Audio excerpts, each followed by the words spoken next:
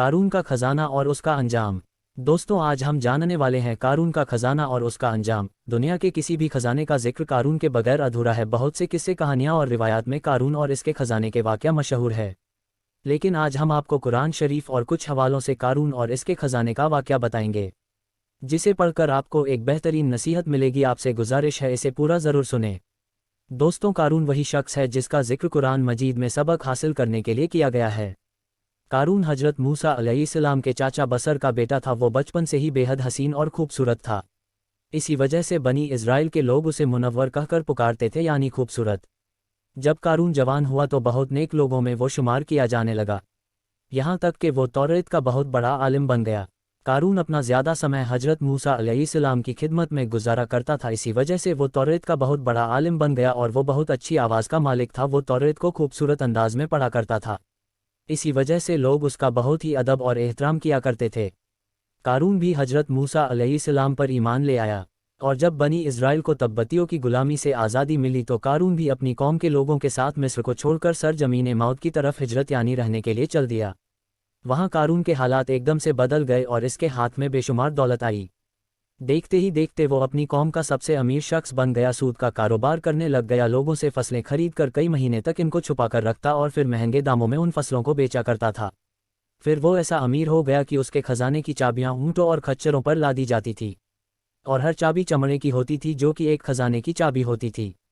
تاریخ میں لکھا گیا ہے کہ قارون سے زیادہ دولت اور شہرت کسی شخص کو نہیں ملی، جس کا ذکر اللہ تعالیٰ نے قرآن شریف میں کچھ اس طرح سے کیا ہے۔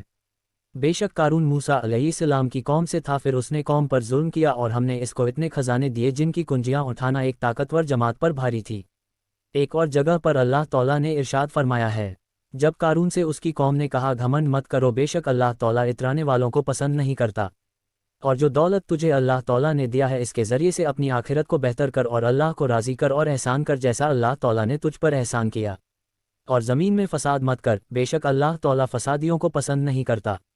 محترم عزیز دوستوں، قارون شروع میں حضرت موسیٰ علیہ السلام کے ماننے والوں میں شامل تھا۔ ایک دن اللہ تعالیٰ نے حضرت موسیٰ علیہ السلام کو زکوٰۃ کا حکم دیا۔ حضرت موسیٰ علیہ السلام نے اللہ کے حکم کے مطابق اپنی قوم کو زکوٰۃ نکالنے کا حکم دیے، تو یہ سن کر قارون نے بھی حضرت موسیٰ علیہ السلام یہ سے وعدہ کیا کہ وہ بھی اپنے مال کا 1000واں حصہ زکوٰۃ میں دیا کرے گا۔ جب اس نے اپنے مال کا حساب لگایا تو ایک بہت بڑی رقم زکوٰۃ کی نکل رہی تھی۔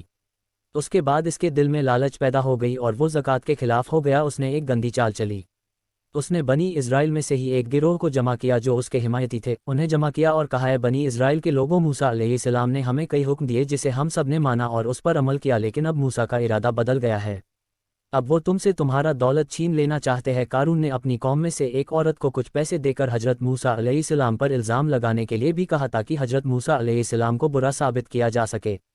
اس کے بعد اس نے اپنے قوم کے لوگوں کو جمع کیا اور حضرت موسیٰ علیہ السلام سے پوچھا کہ زنا کی کیا سزا ہے۔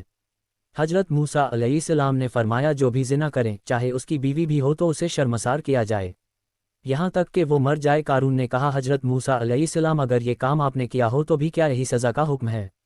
حضرت موسیٰ علیہ السلام نے کہا ہاں، اگر یہ کام میں نے بھی کیا تو بھی یہی حکم ہے۔ قارون نے کہا بنی اسرائیل کچھ لوگ یہ مانتے ہیں کہ آپ نے فلاں عورت کے ساتھ زنا کیا ہے۔ اس کے بعد حضرت موسیٰ علیہ السلام نے کہا اس عورت کو میرے سامنے بلاؤ۔ اس کے بعد اس عورت کو حضرت موسیٰ علیہ السلام کے سامنے لایا گیا۔ حضرت موسیٰ علیہ السلام نے کہا اے عورت، تجھے اس اللہ تعالیٰ کی قسم ہے جس نے بنی اسرائیل کے لیے دریا کو فاڑ دیا اور سلامتی کے ساتھ دریا کو پار کروا کر فرعون سے بچایا، سچ کہہ دے کہ معاملہ کیا ہے؟ حضرت موسیٰ علیہ السلام کے جلال سے وہ عورت سہم کر کانپنے لگی اور اس نے پورے مجمع کے سامنے صاف صاف کہہ دیا کہ اے اللہ تعالیٰ کے نبی، مجھے قارون نے بہت دولت دے کر آپ علیہ السلام پر جھوٹا الزام لگانے کے لیے کہا ہے۔ اس کے بعد حضرت موسیٰ علیہ السلام اللہ کی بارگاہ میں سجا شکر میں گر پڑے اور سجدے کی حالت میں ہی حضرت موسیٰ علیہ السلام نے یہ دعا مانگی، یا اللہ قارون پر اپنا عذاب نازل کر دے۔